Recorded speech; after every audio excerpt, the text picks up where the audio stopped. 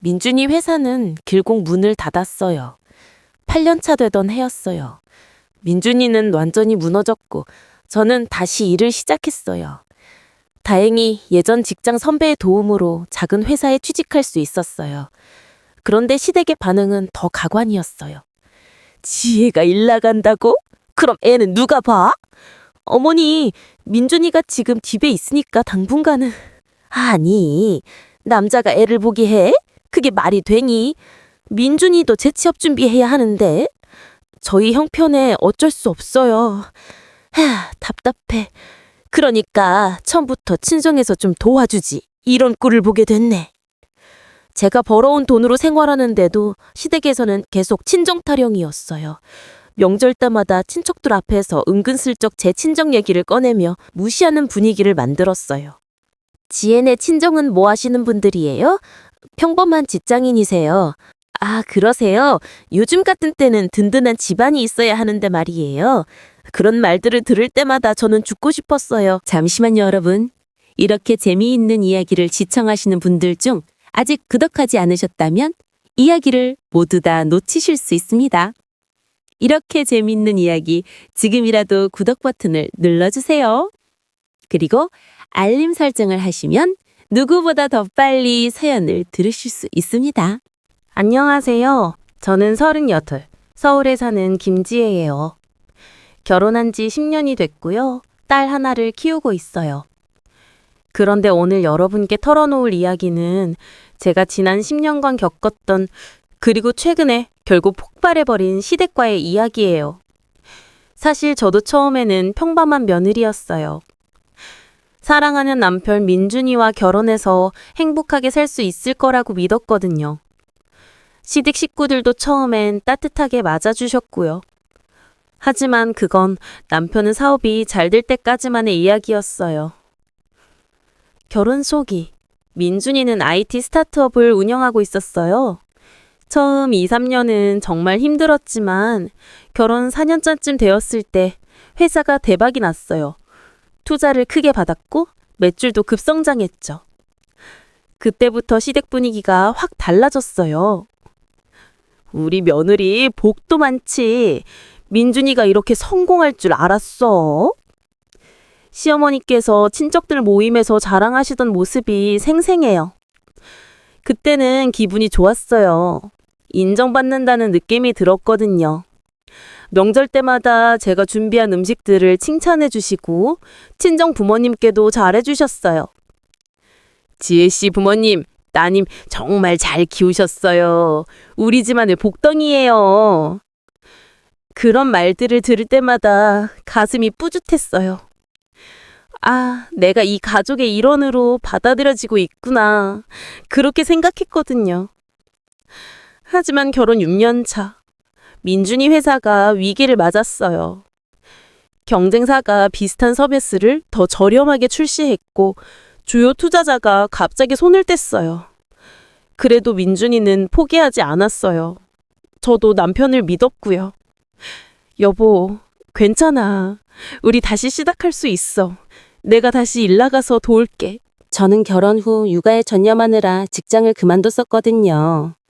하지만 이런 상황이라면 다시 일을 시작해야겠다고 생각했어요. 그런데 그때부터였어요. 시댁의 태도가 180도 달라지기 시작한 게. 어느 날 시어머니께서 전화하셨어요. 지혜야, 민준이 회사 상황이 안 좋다면서 걱정되네. 어머니 괜찮아요. 저희가 잘 해결할게요. 그래도 우리가 도와줘야 하는 거 아니야? 근데 지혜야, 혹시 너희 친정에서 좀 도와줄 수 있는 거 아니야? 그 순간 가슴이 철렁했어요. 친정은 평범한 중산층이었거든요. 큰돈을 도와줄 형편이 아니었어요. 어머니, 저희 친정어님 여유가 없어서요. 아이고, 그래? 그럼 어쩌지? 우리 또 요즘 여유가 없는데? 전화를 끊고 나서 왠지 모를 불안감이 들었어요. 그리고 그 불안감은 곧 현실이 됐죠. 추석 명절이었어요. 친척들이 다 모인 자리에서 큰 시어버님께서 술을 드시고 말씀하시더라고요. 민준이는 잠 안 됐어. 장가를 잘못 들어서 고생이야. 저는 그 자리에서 얼어붙었어요. 무슨 말씀이신가 싶어서 귀를 기울였죠. 그니까 말이에요, 아버님. 며느리 집안에서 좀 도와주면 되는데 친정이 별로라니까요. 신우이 은주 씨가 거들었어요. 결혼 전에는 언니처럼 잘해주시던 분이었는데 그날 그 목소리는 너무 차갑더라고요. 은주야, 그런 말 하는 거 아니야. 민준이가 말렸지만 이미 분위기는 돌아가고 있었어요. 오빠, 사실이잖아요. 형수 친정에서 조금만 보태줘도 회사 다시 일으킬 수 있는 거 아니에요? 우리가 뭐 도와달라는 것도 아니고. 시어머니께서도 한마디 하셨어요. 지혜야, 미안하지만 네 친정에 한번 부탁해 볼 수 없겠니? 우리는 작은 집 애들도 봐줘야 하고 형편이 어려워서 말이야. 그날 명절 내내 저는 유령처럼 부엌을 오갔어요. 음식을 나르고 설거지를 하면서도 머릿속은 하얗게 비어 있었어요. 나는 이 집안에서 뭐지? 사업이 잘 될 때는 복덩이고 안 될 때는 친정 형편이 별로인 며느리? 집으로 돌아오는 차 안에서 민준이에게 물었어요. 여보, 우리 어떻게 할 거야? 시댁에서 저러는데. 미안해, 지혜야. 내가 잘못했어. 회사를 이렇게 만들어서. 아니야, 그게 아니라 나는 네 아내인데 왜 내 친정을 그렇게 말하는 거야? 민준이는 대답하지 못했어요. 그저 핸들을 뻑 쥐고 있을 뿐이었죠. 그 이후로 시댁의 태도는 점점 더 노골적으로 변했어요. 시어머님께서 매주 전화하시는데 안보 인사는 없고 딱 한 가지만 물어보셨어요. 민준이 회사는 어떻게 된디? 투자 받았니? 아직이 어머니. 아이고 답답해. 지혜야 너 뭐하니? 네가 좀 도와줘야지. 남편 혼자 고생하게 하고. 저도 일자리 알아보고 있어요. 일자리? 네가 뭘 할 수 있는데? 경력도 끊긴 지 오래됐잖아. 그냥 네 친정에 부탁하는 게 빠르지 않겠니? 전화를 끊고 나면 눈물이 났어요. 10년 동안 시댁 명절마다 새벽부터 일어나 음식 준비하고 시부모님 생신 때마다 챙기고 그렇게 살아왔는데 이런 취급을 받더니 더 충격적인 건 작은 시누이 은영 씨에 대하였어요. 은영 씨는 시집을 잘 가서 여유로운 편이었거든요. 어느 날 카페에서 만났는데 대뜸 이런 말을 하더라고요. 형수, 솔직히 말해도 돼요. 뭔데? 우리 엄마가 그러시는데 형수 집안이 좀 그렇다고. 오빠 회사 어려울 때 아무 도움도 안 낸다고. 목구멍이 메었어요. 하지만 참았죠. 은영아, 너희 집안에서는 오빠 도와줬어? 저희는 상황이 다르잖아요. 저희는 시집 식구들 생봐야 하고. 나도 결혼했으니까 이제 김씨 집안 사람이잖아. 왜 난 친정만 쳐다봐야 해? 그래도 혈육은 혈육이고 며느리는. 그 순간 제 심장이 멈추는 줄 알았어요. 며느리는 뭔데? 아니, 그게 형수도 알잖아요. 며느리는 결국 남이라는 거. 남. 그 단어가 귓가에서 맴돌았어요. 10년 동안 가족이라고 생각하며 살아왔는데 며느리는 결국 남이라는 말을 들으니 세상이 무너지는 것 같았어요. 은영아, 나 먼저 갈게. 카페를 나와 한참을 걸었어요. 눈물이 멈추질 않았어요. 길거리에서 전화가 왔어요. 시어머니셨어요. 지혜야, 은영이한테 들었는데 네가 기분 나빠했다면서? 은영이가 말을 좀 심하게 했나 보네. 어머니, 그래도 사실이잖니. 며느리가 친정 좀 귀대면 어때? 그게 뭐가 잘못이야. 우리도 민준이 때문에 걱정이 태산인데. 어머니, 저도 이 집안 사람이에요. 10년을 같이 살았는데 왜 자꾸 저를 남처럼 대하세요? 아이고, 이 사람이 왜 이래? 내가 언제 너를 남 취급했어? 그냥 친정에 좀 부탁해보라는 건데 왜 이렇게 예민하게 굴어? 예민하다고요? 며느리는 남이라는 말을 들었는데 예민한 게 아니라 당연한 거 아닌가요? 민준이 회사는 결국 문을 닫았어요. 8년 차 되던 해였어요.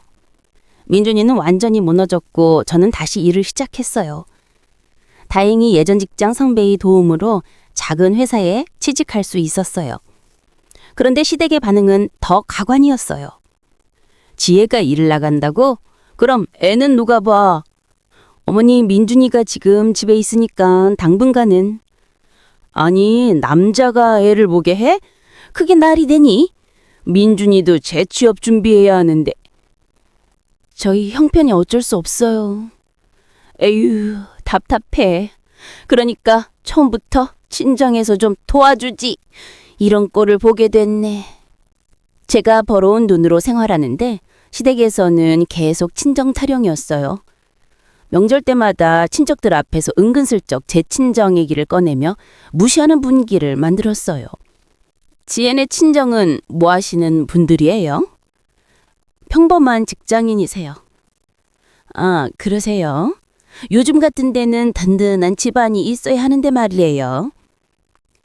그런 말들을 들을 때마다 저는 죽고 싶었어요. 화장실에 가서 울기도 했고 명절이 다가오면 며칠 전부터 잠을 설치기도 했어요. 가장 가슴 아팠던 건 설날이었어요. 민준이가 재취업에 성공했어요. 대기업은 아니었지만 안정적인 회사였죠. 온 가족이 모인 자리에서 시아버지께서 말씀하셨어요. 민준이가 다시 일어섰네. 역시 우리 아들이야. 핏줄은 못 속이나 봐. 그 말에 다들 박수를 치며 축하했어요. 그런데 저는 아무도 언급하지 않더라고요. 지난 1년 반 동안 제가 혼자 벌어서 생활비를 댔다는 사실을요. 민준이 재취업할 수 있도록 제가 묵묵히 보태줬다는 사실을요. 지혜야, 덕담 한 잔 해. 시어머니께서 술을 따라주시면서 말씀하셨어요. 이제 민준이가 다시 일하니까 네가 좀 편해지겠다. 편해진다고요?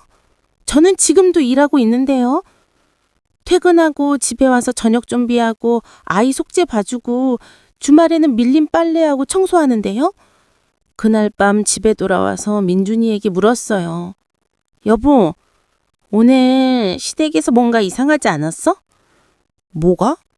내가 1년 반 동안 혼자 벌어서 우리 가족 먹여 살렸잖아. 그런데 아무도 그 얘기는 안 하더라. 마치 내가 없었던 것처럼. 그건 다들 내가 재취업한 게 기뻐서 그랬겠지. 나는 기쁘지 않아도 돼? 민준이는 대답하지 못했어요. 그저 미안하다는 말만 반복했죠. 하지만 미안하다는 말로 해결될 문제가 아니었어요. 그로부터 몇 달 후 결정적인 사건이 일어났어요. 시아버지 칠순 잔치 준비였어요. 시댁 식구들이 다 모여서 회의를 했는데 비용 분담 얘기가 나왔어요. 칠순 잔치니까 제대로 해드려야지. 호텔에서 하면 얼마나 들까? 큰 시아버지가 물었어요. 한 3천만 원 정도요? 그럼 우리 상형제가 1,000만 원씩 내면 되겠네. 민준이가 당황한 표정으로 말했어요. 아버지, 저희는 지금 형편이 어려워서. 민준아, 너가 장남이잖아. 그리고 이제 직장도 다니는데 뭐가 어려워? 그래도 아직 빚도 남아있고. 아휴, 시어머니께서 한숨을 쉬며 말씀하셨어요. 아휴, 지혜네 친정에서 좀 도와주지. 친정 부모님 칠순 때는 어떻게 할 건데? 그 순간 제가 끼어들었어요. 어머니, 저희 부모님 칠순은 저희가 알아서 할 문제예요. 그리고 시아버님 칠순도 저희가 할 수 있는 만큼 하겠습니다. 뭐야, 이 사람이. 시부모 칠순인데 할 수 있는 만큼이라니? 그게 무슨 소리야? 저희 지금 빚 1,000만 원 남았어요. 카드값도 밀려 있고요. 1,000만 원은 무리예요. 큰 시아버지가 비웃듯이 말했어요. 그러게, 사업을 왜 했어? 빚만 산뜩 지고. 지금 아버지 칠순인데 돈 타령이야? 형님, 그건 좀. 민준이가 변명하려 했지만 시누이 은주 씨가 말을 잘랐어요. 오빠, 솔직히 우리도 여유 없어요. 근데 이건 의리 문제잖아요. 형수도 친정에 좀 부탁하면 되잖아요. 그게 뭐가 어려워요? 은주야, 나도 이미 우리 친정에 많이 신세 졌어. 더 이상은 그러니까 형수가 문제라니까요. 친정 빵빵한 사람 만났으면 이런 걱정이나 했겠어요? 그 순간 저는 폭발했어요. 언니, 지금 뭐라고 하신 거예요? 제가 문제라고요? 사실이잖아요. 오빠 회사 망할 때도 도움만 안 뵀으면서 지금도 1,000만 원도 못 낸다고 하고 그럼 결혼은 왜 한 거예요? 언니, 제가 지난 1년 반 동안 뭐 했는지 아세요? 혼자 벌어서 우리 가족 먹여 살렸어요. 민준 씨 재취업할 수 있게 버텨줬다고요. 그게 뭐 대단한 건가요? 남편 힘들 때 아내가 당연히 해야 할 일 아니에요? 당연하다고요? 그럼 시댁에서 도와주는 건 당연하지 않나요?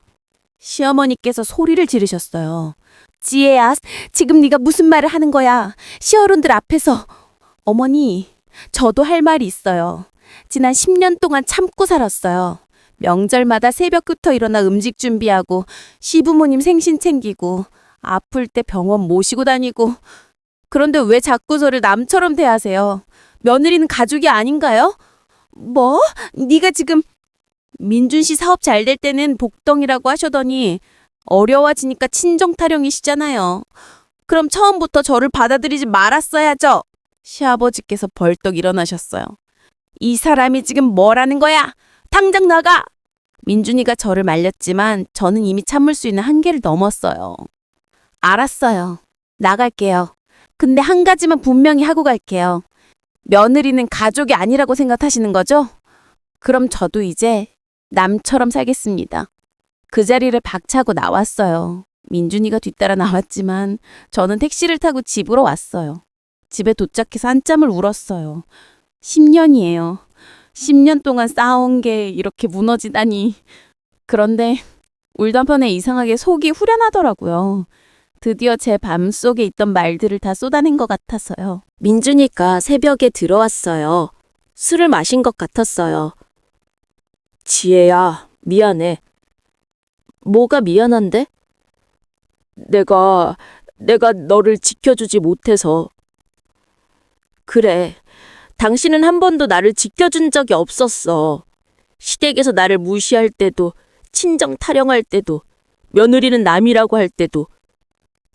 나도 어쩔 수 없었어. 부모님이신데? 그럼 나는 당신 아내인데? 민진이는 대답하지 못했어요.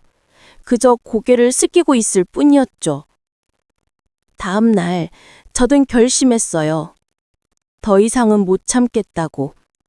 민준이에게 말했어요. 우리 분가하자. 뭐? 시댁이랑 거리 두고 살자. 명절도 우리끼리 보내고 경조사도 최소한만 챙기고.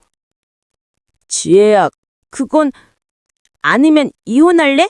나는 더 이상 며느리 노릇 못해. 당신 선택해. 나랑 살 거면 분가하는 거고 시댁이 더 중요하면 이혼하는 거야. 민준이 얼굴이 창백해졌어요. 이혼까지 생각한 거야? 당연하지. 10년 동안 참았어. 더 이상은 무리야. 민준이는 며칠을 고민했어요. 그리고 일주일 후 대답했어요. 알았어. 분가하자. 진짜? 응. 미안해, 지혜야. 내가 너무 늦게 정신 차렸어. 너를 지켜주지 못한 게 후회돼.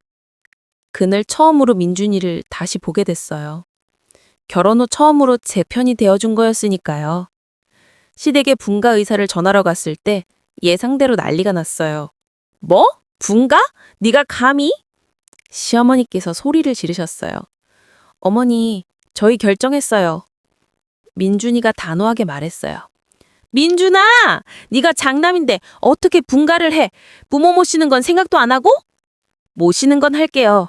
근데 더 이상 간섭받으며 살고 싶지 않아요. 이게 다 지혜 때문이지. 네가 저는 년을 만나서. 어머니! 지혜 욕하지 마세요. 잘못한 건 저희 집안이에요. 시아버지께서 민준이 뺨을 때리려고 하셨어요. 민준이는 피하지 않고 맞았어요. 때리세요. 근데 결정은 바뀌지 않아요. 저는 민준이 손을 꼭 잡았어요. 10년 만에 처음으로 우리게 한 팀이 된 기분이었어요. 민준아, 내가 정말 이럴 거야? 부모를 버리는 게 아니에요. 그냥 거리를 두는 거예요. 저희도 숨 좀 쉬고 싶어요. 시누이들도 달려들어 말렸지만 민준이는 흔들리지 않았어요. 형수가 오빠를 세뇌시킨 거예요. 은주야, 세뇌가 아니라 각성이야. 나도 이제 정신 차렸어. 우리는 그날 바로 나왔어요. 시댁 식구들의 욕설이를 뒤로하고요. 분가 후 3개월이 지났어요. 시댁과는 최소한의 연락만 하고 있어요. 명절은 우리끼리 조용히 보냈고요. 놀라운 건 저희 부부관계가 이렇게 좋아질 줄 몰랐어요. 민준이가 집안일도 같이 하고 육아도 분담하고 시댁 눈치 안 보니까 저도 여유가 생겼어요. 여보, 오늘 저녁 뭐 먹을래? 아무거나. 네가 편한 거? 이런 대화가 이렇게 행복할 줄 몰랐어요. 예전에는 항상 시댁 전화 올까봐 전전긍긍했거든요. 며칠 전에는 친구들이랑 여행도 다녀왔어요. 10년 만에 처음이었어요. 민준이가 흔쾌히 보내주더라고요. 다녀와. 그동안 고생 많았어. 여행지에서 친구들에게 그동안의 이야기를 털어놨어요. 다들 깜짝 놀라며 응원해주더라고요. 지혜야, 잘했어. 그동안 너무 참고 산 거야. 맞아. 며느리라고 해서 무조건 참아야 하는 건 아니잖아. 친구들의 격려를 들으니 눈물이 났어요. 그동안 제가 너무 힘들었구나 하는 생각이 들었거든요. 여행에서 돌아온 후 시어머니한테 연락이 왔어요. 지혜야, 우리 한번 만나자. 조심스럽게 만남에 응했어요. 카페에서 만났는데 시어머니 표정이 많이 달라져 있었어요. 지혜야, 미안하다. 네? 그동안 내가 너무 심했어. 네가 우리 민준이를 얼마나 잘 돌봐줬는데. 회사 어려울 때도 재취업할 때까지도. 어머니, 사실 나도 며느리였잖니. 시집살이가 얼마나 힘든지 알아. 근데 내가 당한 만큼 너한테도 그렇게 한 것 같아. 정말 미안해. 시어머니 눈에 눈물이 맺혔어요. 진심이 느껴졌어요. 그리고 며느리는 가족이 아니라는 말 정말 미안해. 그건 내 생각이 잘못된 거였어. 너도 우리 가족이야. 그 말을 듣는 순간 10년간 쌓였던 응어리가 조금씩 풀리는 것 같았어요. 어머니, 저도 그동안 서운했어요. 많이 힘들었어요. 알아, 다 알아. 앞으로는 달라질게. 너희 부부가 행복하게 사는 게 제일 중요한 거니까. 완전히 용서한 건 아니에요. 그동안의 상처가 금방 아물 수는 없으니까요. 하지만 조금씩 관계를 회복하려고 노력하고 있어요. 중요한 건 이제 저와 민준이가 확실한 한 팀이 됐다는 거예요. 시댁이 뭐라고 하든 우리 부부가 먼저라는 걸 확실히 한 거죠. 지난주에는 딸아이가 물어보더라고요. 엄마는 왜 요즘 이렇게 웃어요? 그래, 엄마가 많이 웃나? 응, 예전에는 자주 울었는데 요즘은 웃는 게 더 많아요. 아이의 말을 듣고 가슴이 뭉클했어요. 제가 힘들면 아이도 힘들었겠구나 하는 생각이 들었거든요. 엄마가 이제 행복해서 그래. 그럼 계속 웃어줘요. 그럴게. 지금 생각해보면 제가 그때 폭발하지 않았다면 아마 평생 그렇게 살았을 거예요. 며느리는 가족이 아니라는 말을 듣고도 참고, 무시당하면서도 참고, 친정 타령 들으면서도 참고. 하지만 그렇게 살 수는 없었어요. 저도 사람이고 존중받을 권리가 있으니까요. 여러분, 혹시 비슷한 상황에 계신가요? 며느리라는 이유로 혹은 사위라는 이유로 무시당하고 있나요? 참지 마세요. 당신도 가족이에요. 존중받을 자격이 있어요. 물론 폭발하는 게 쉽지는 않아요. 저도 10년이 걸렸으니까요. 하지만 계속 참기만 하면 당신의 삶이 무너져요. 부부관계도 정신건강도 모든 게 무너져요. 용기를 내세요. 당신의 배우자에게 솔직하게 말하세요. 당신이 얼마나 힘든지, 무엇이 잘못됐는지. 그리고 배우자가 당신 편이 되어주지 않는다면 그때는 더 큰 결단이 필요할 수도 있어요. 제가 이혼을 말했던 것처럼요. 다행히 제 남편은 정신을 차렸어요. 늦었지만 제 편이 되어줬어요. 그래서 지금 우리는 새로운 시작을 하고 있어요. 완벽하지는 않아요. 시댁과의 관계도 아직 어색하고 가끔 옛날 생각이 나서 가슴이 아플 때도 있어요. 하지만 확실한 건 제가 이제 당당하다는 거예요. 며느리이기 전에 한 사람으로서, 아내로서, 엄마로서 당당하게 살고 있다는 거예요. 그리고 우리 가족이 행복해졌다는 거예요. 시댁 눈치 안 보고 친정 타령 안 됐고 그저 우리끼리 행복하게 살고 있어요. 여러분도 할 수 있어요. 용기만 있다면요. 인생은 참기만 하며 살기에는 너무 짧아요. 당신도 행복할 자격이 있어요. 며느리든 사위든 그 어떤 위치에 있든 말이에요. 오늘부터 당당하게 사세요. 당신의 행복이 가장 중요하니까요. 지금까지 재미있는 사연 들으셨나요? 시청하시는 분들 중 아직 구독하지 않으셨다면 지금이라도 구독 버튼을 눌러주세요. 그리고 알람 설정을 하시면 누구보다 더 빨리 사연을 들으실 수 있습니다.